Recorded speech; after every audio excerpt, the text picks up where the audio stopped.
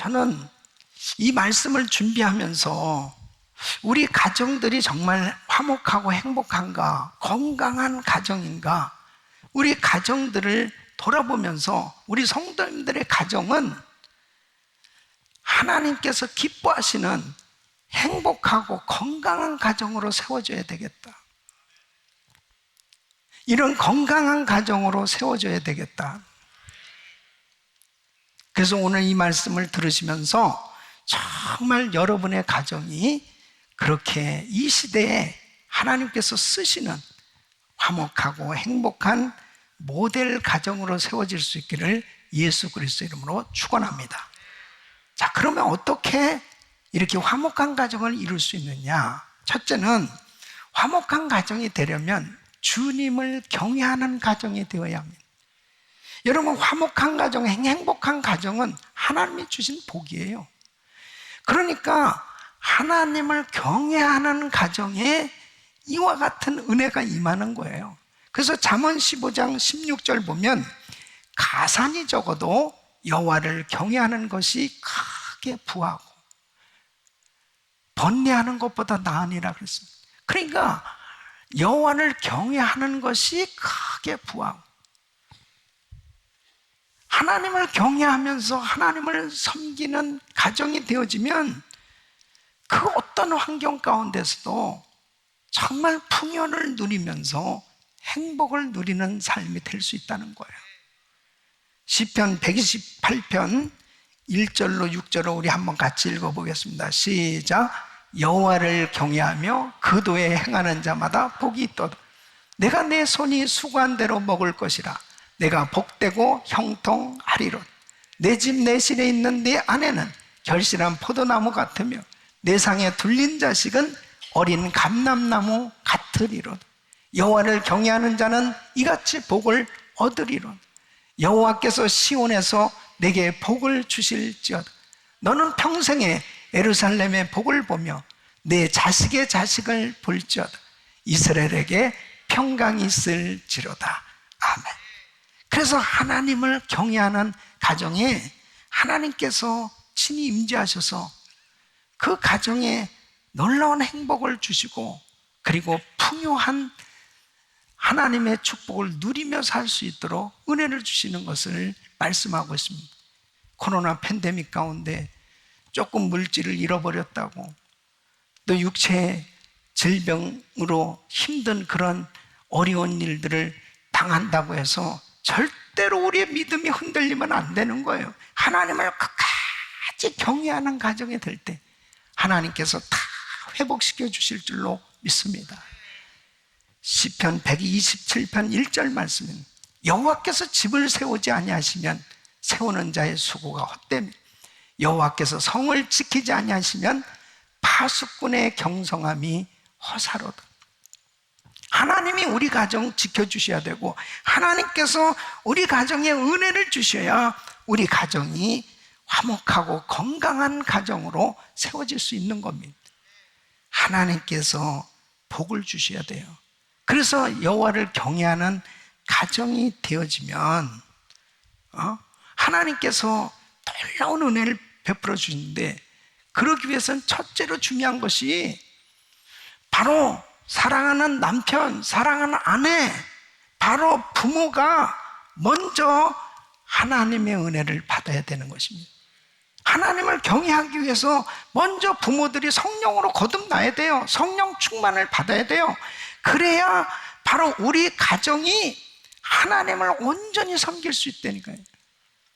하나님을 경외하는 가정에 하나님께서 은혜를 주실 때 나타나는 것이 뭐냐면 하나님의 말씀을 존중하고 순종하며 살게 되는 겁니다. 그러니까 가정의 질서가 저절로 세워지게 되는 거예요. 그러니까 골로새서 3장 18절로 21절 보면 아내들아 남편에게 복종하라. 이는 주 안에서 마땅하니. 남편들아 아내를 사랑하며 괴롭게 하지 말라.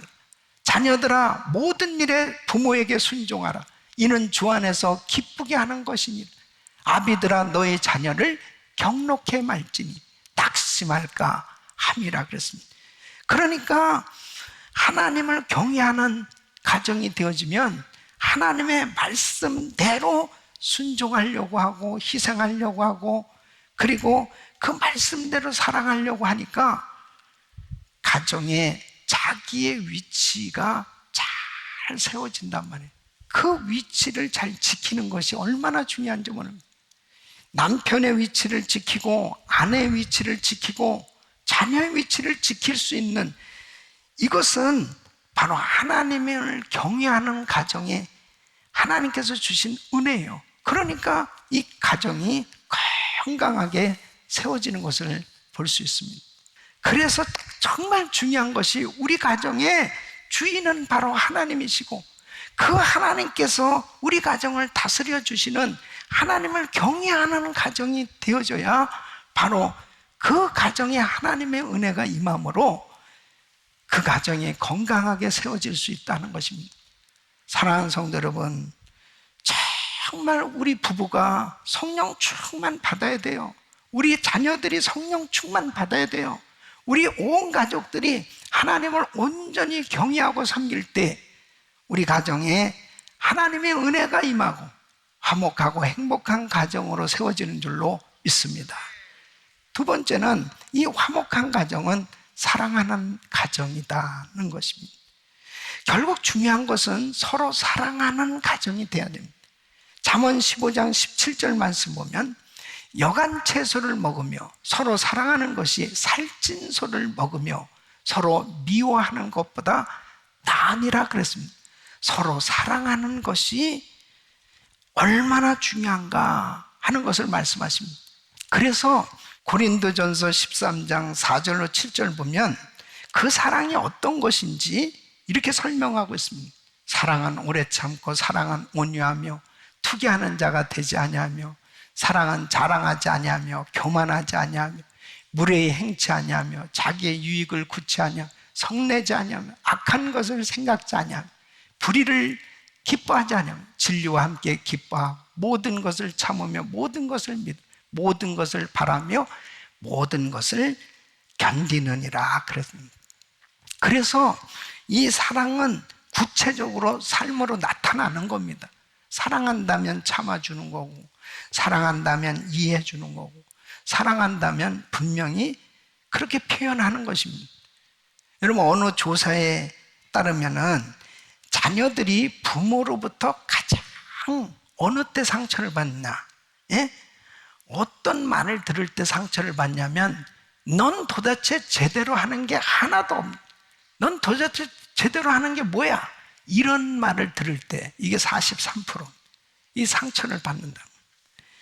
그러면 반대로 부모가 자녀로부터 가장 많이 상처받는 말이 뭐냐? 아빠 엄마가 나한테 해준 게 뭐 있어? 이게 73%입니다. 진짜 부모가 이 얘기 들으면 상처만 해준 게 뭐가 없다니 나 준 게 얼마나 어마어마한 희생을 하면서 나준 또 이런 말하면 왜 낳았어? 그렇게 됩니다. 또 엄마 아빠 때문에 창피해 죽겠어요. 이게 사실 47%.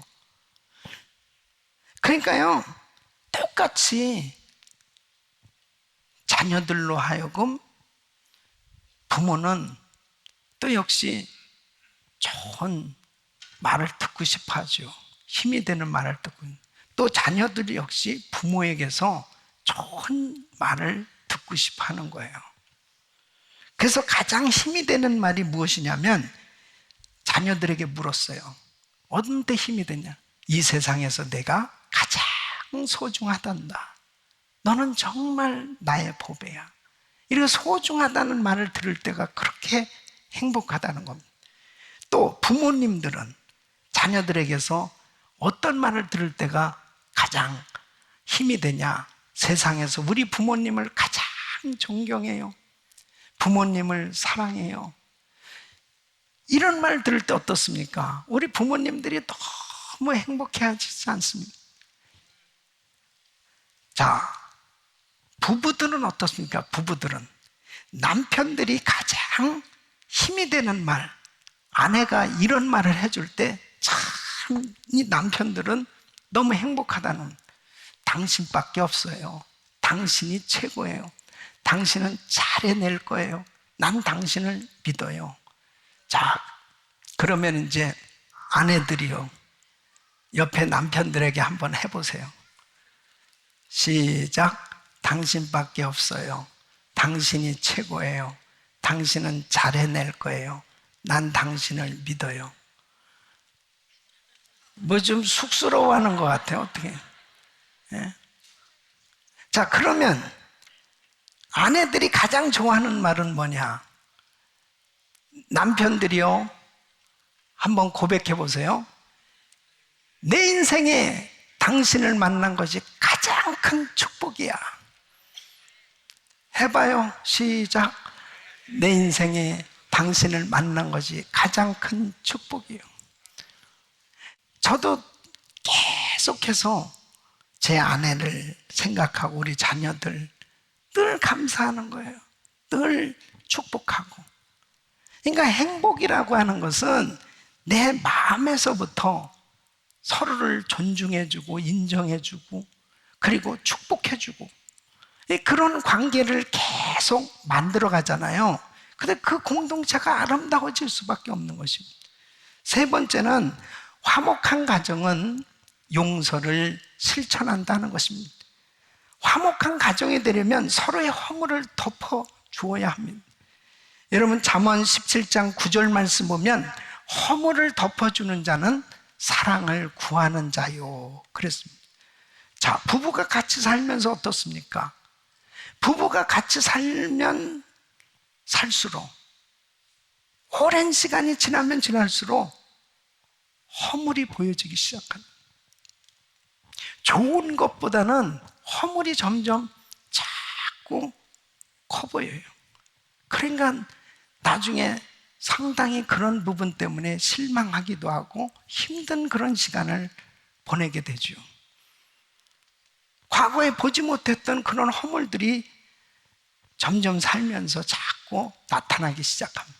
근데 그 허물을 어떻게 처리하느냐가 중요합니다. 그 허물을 덮어주느냐 아니면 그 허물을 들춰내고 그리고 그 허물 때문에 계속 비난하고 계속 공격하고 계속 그 일로 인해서 서로 상처를 주고받는 그런 관계로 가게 되면 분열입니다. 그리고 그 가정은 건강하게 세워질 수 없는 거예요. 분명하게 사랑은 허물을 덮는 겁니다. 그래서 그 허물이 보여졌을 때 그 허물을 내가 덮어줘야지. 돕는 배필이라는 것은 헬퍼예요. 그 부족한 부분을 내가 채워서 그 사람을 건강하게 성공시켜주는 것이 바로 헬퍼의 역할입니다. 돕는 배필의 역할입니다. 그래서 그 허물을 내가 덮어주는 것이 나의 역할이라니까요. 그 허물은 다른 사람들이 보고 절대로 덮어주지 못합니다. 오직 부부만 그 허물을 덮어줄 수 있는 거예요. 그래서 그 허물이 덮어졌을 때 사랑을 느끼는 거죠. 이 사람이 정말 나를 참 이렇게 이해해 주는구나. 근데 여러분, 그 허물을 덮어준다는 것은 용서를 통해서 덮어지게 되는 거예요. 용서를 통해서. 그래서 잠언 10장 12절 말씀 보면 미움은 다툼을 일으켜도 사랑은 모든 허물을 가리오니라 그랬습니다. 정말 내 아내를 사랑한다, 내 남편을 사랑한다면 그 허물을 덮어주고 그 허물을 가려줘야 됩니다. 그렇게 되어졌을 때 하나님께서 은혜를 주시는 거예요. 여러분, 사탄 마귀는 어떻게든지 이 허물을 자꾸 들춰내게 만듭니다. 그래서 결국은 다투게 만드는 겁니다. 어느 동네에 두 집이 이웃에 같이 살고 있는데 이 한 집은 대가족이 살고 있습니다. 아버지, 아들, 또 손자, 이 3대가 같이 사는.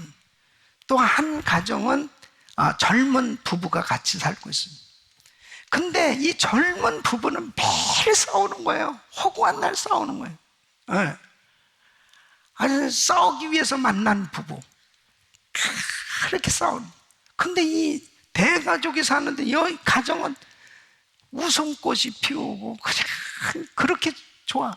그러니까는 어느 날 이 젊은 부부가 너무 그 대가족으로 같이 사는 그 가정이 너무 부럽잖아요.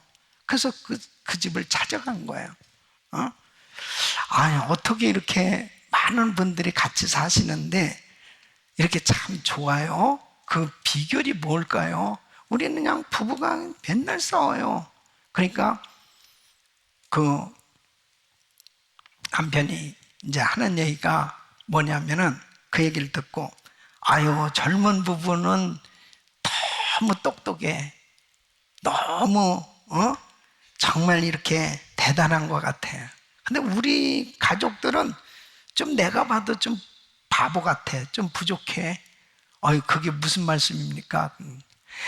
오늘 있잖아. 내가 출근하면서 이 물컵을 그냥 쳐가지고 이게 물이 다 쏟아졌거든. 그래서 내가 우리 아내한테 여보 미안해, 내가 이거 실수했네. 그랬더니 내 아내가 여보 이것은 내가 좀 잘 뒀어야 되는데 거기 가까이 둬서 이렇게 된 거예요. 제가 실수죠 뭐.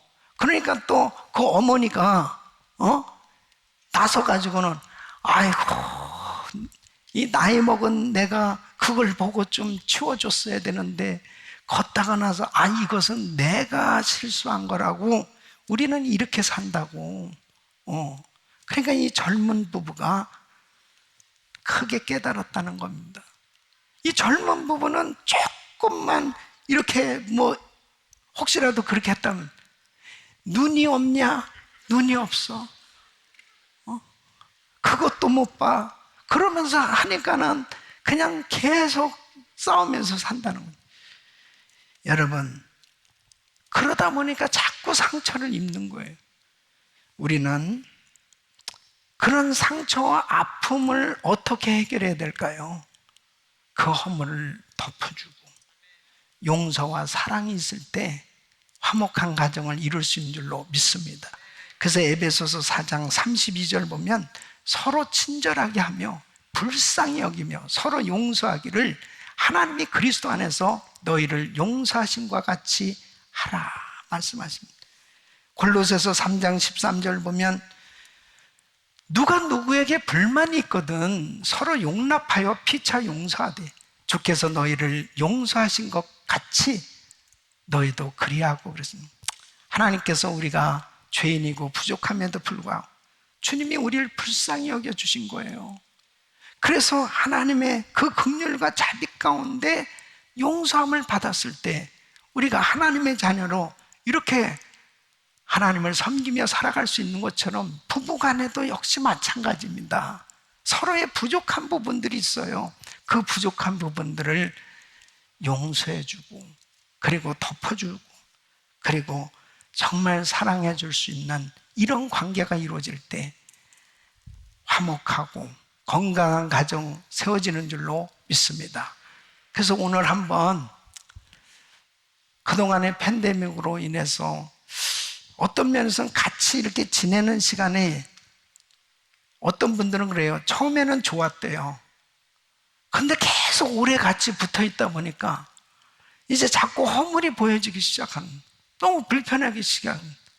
그러다가 이제 거기에서 불편한 일들이 생겨지고 이런 일들이 간혹 생겨지더라 이거죠. 혹시라도 마음에 불편한 부분이 있었으면 오늘 서로 용서를 구하고 그리고 손을 잡아주시고 그리고 다 허물을 덮어주고 그리고 은혜의 말로 감싸주면서 회복되시기를 예수 그리스도 이름으로 축원합니다. 네 번째는 화목한 가정은 평소에 아름다운 대화를 갖는다는 것입니다. 여러분, 건강한 육체를 위해서는 평소에 건강한 생활 습관이 중요하잖아요. 건강한 음식, 식사를 또 운동하는 거, 이런 것들을 잘 관리를 하는 것처럼 가족 간에도 역시 마찬가지예요. 친밀한 행복한 사랑의 관계를 이루기 위해서는 우리가 아름다운 대화를 평소에 계속 갖는 이 훈련이 얼마나 중요한지 이루 말할 수 없습니다. 그 잠언 15장 23절 말씀 보면 사람은 그 입의 대답으로 말미암아 기쁨을 얻나니 때에 맞는 말이 얼마나 아름다운고 그랬습니다. 이 부부가 대화를 하다 보면은 때로는 이 대화가 자꾸 막힐 때가 있지 않습니까? 그 방해되어지는 요소가 뭐냐면 상대방의 의견을 존중하지 못할 때, 그 의견을, 그 감정을 무시한다라고 느껴졌을 때, 그때 마음문이 닫혀지는 겁니다. 여러분, 아무리 부부지간의 관계에 있어서 뭐 나이 차이가 많이 나고 또 뭐 여러 가지 형편이 크게 차이가 난다 하더라도 부부는요, 같은 거예요. 예. 그래서 서로를 존중하는 마음을 가져주지 않으면 절대로 통할 수가 없습니다. 마음이 닫혀진다는 거예요. 그래서 다툼이 생겨지고 그리고 화목할 수가 없는 것입니다. 그래서 이 대화도 평소에 이렇게 자주 같이 잘하는 것이 참 중요한데, 어떤 목사님이 자기 두 아들을 앉혀놓고, 야, 저기 저 형들 말이야, 타주에서 온 형들 있잖아. 그 형들이 왜 마약하고 왜 잘못됐는 줄 알아? 그 부모하고 대화를 제대로 안 했대, 대화를. 그래서 그렇게 됐대, 그 형들이. 그러니까 너희들도 이 아빠랑 좀 대화 좀 하자. 대화 좀 하자. 그래. 밥 먹었냐? 학교는 잘 갔다 왔고. 이제 니네 방으로 가라. 대화를 하기로 작정을 했는데 대화가 안 되는 거예요. 평소에 대화한 게 없어. 예. 부부지간에도 마찬가지입니다. 그래서 우리가 참 이렇게 가정 예배도 드리고 이 대화할 수 있는 이 소재를 가지고요, 서로 말씀을 나누고 참 그 대화를 통해서 서로 마음을 나눌 수 있는 이런 시간을 갖는 것이 얼마나 중요한지 모릅니다. 그래서 잠언을 통해서 그 하나님이 주시는 이 지혜와 대화법을 배우는 건 참 중요합니다. 첫째는 들을 준비를 하고 상대방이 말을 끝내기 전에 대답하지 않는다는 것. 여러분, 들어주는 것은요, 대화하는 데 있어서 굉장히 중요한 요소입니다. 이 대화가 잘 되어지는 사람들 보면 잘 들어줘요.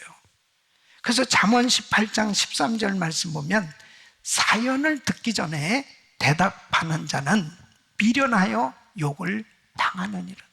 그래서 어떤 사람은 너무 급해. 그래서 그냥 자기가 막 다 얘기, 전혀 들으려고 하지 않을 때 어떤 사람들은 너무 답답해하는 거예요. 잘 들어주는 것이 잘 대화하는 것이다. 두 번째는 말을 더디하고 먼저 생각하며 서둘러 말하지 아니한다 하는 것입니다. 이 생각하면서 대화하는 것이요, 굉장히 필요한 것입니다. 왜냐하면 말을 먼저 하다 보면 실수하기 참 쉽습니다. 그래서 잠언 15장 28절 보면 의인의 마음은 대답할 말을 깊이 생각하여도 악인의 입은 악을 쏟느니라 그랬습니다. 그래서 이 대답할 말을 깊이 생각한다는 것은 뭐예요? 이 바른 대답을 하게 될 때 속이 시원하잖아요. 서로 통하게 되어지는 것입니다. 그러니까 그만큼 내가 생각하면서 말을 하는 거죠. 그 다음에 세 번째는 과격한 말과 표현을 하지 않는다. 부드럽고 친절하게 말한다. 여러분, 이 표현을 부드럽게만 해도 결국 다투지는 않습니다. 다툼이 일어나지 않아요. 잠언 15장 1절 말씀은 유순한 대답은 분노를 쉬게 하여도 과격한 말은 너를 격동하느니라. 그래서 화가 날 경우에는 사실은 진정될 때까지 가급적이면은 좀 대화를 피하는 것이 지혜죠. 그래서 잠언 25장 15절 말씀 보면 오래 참으면 관원이 그 말을 용납하나니 부드러운 혀는 뼈를 꺾느니라. 또 잠언 29장 11절 말씀 보면 어리석은 자는 그 노를 다 드러내어도 지혜로운 자는 그 노를 억제하느니라. 사랑하는 성도 여러분, 하나님께서 우리에게 참 이 언어를 사용할 수 있도록 이 놀라운 이 의사소통할 수 있는 그런 이 언어를 허락해 주신 게 얼마나 감사한지 모릅니다.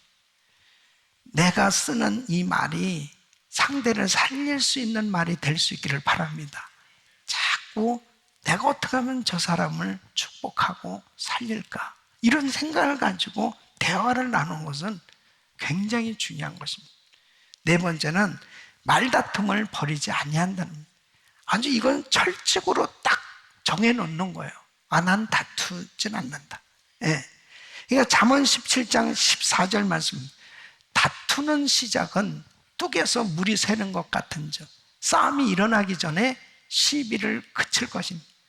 우리 사랑하는 성도 여러분, 정말 화평함과 거룩함으로 섬길 수 있기를 예수 그리스도 이름으로 축원합니다.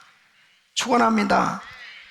정원도요, 그냥 좋은 식물, 좋은 꽃 그렇게 심어놓고 그냥 내버려 두면 저절로 아름다운 화단이 만들어지는 거 아닙니다.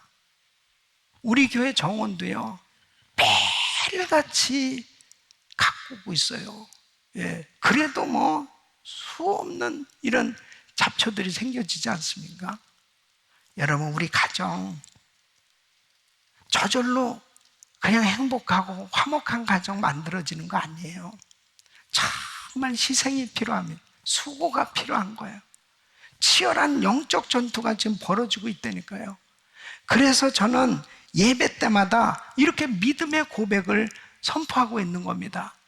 우리 가정 행복합니다. 더 행복합니다. 갈수록 더 행복합니다. 우리 가정 천국입니다. 아멘. 그래서 우리는 정말 우리 가정을 화목하고 행복한 가정, 천국과 같은 그런 가정으로 세우는 것, 이것은 우리 크리스천들의 사명이에요. 우리 가정이 행복해야 이 세상에 영향력을 끼칠 수 있어요. 이 세상에서 아무리 여러 가지 면에서 내가 성공했다 하더라도 우리 가정이 무너진다면, 우리 가정이 건강하게 행복하게 세워지지 못하면 결국은 모든 걸 다 잃어버리는 거예요. 그래서 이 마지막 때는 특별히 하나님께서 허락하신 우리 가정이 건강하게 세워져서 정말 화목하고 행복한 가정이 세워져서 세상을 향해서 빛을 발할 수 있는 그런 은혜의 삶이 되어야 될 줄로 믿습니다. 이런 은혜가 우리 모든 성도님들 가정에 임하기를 예수 그리스도 이름으로 축원합니다.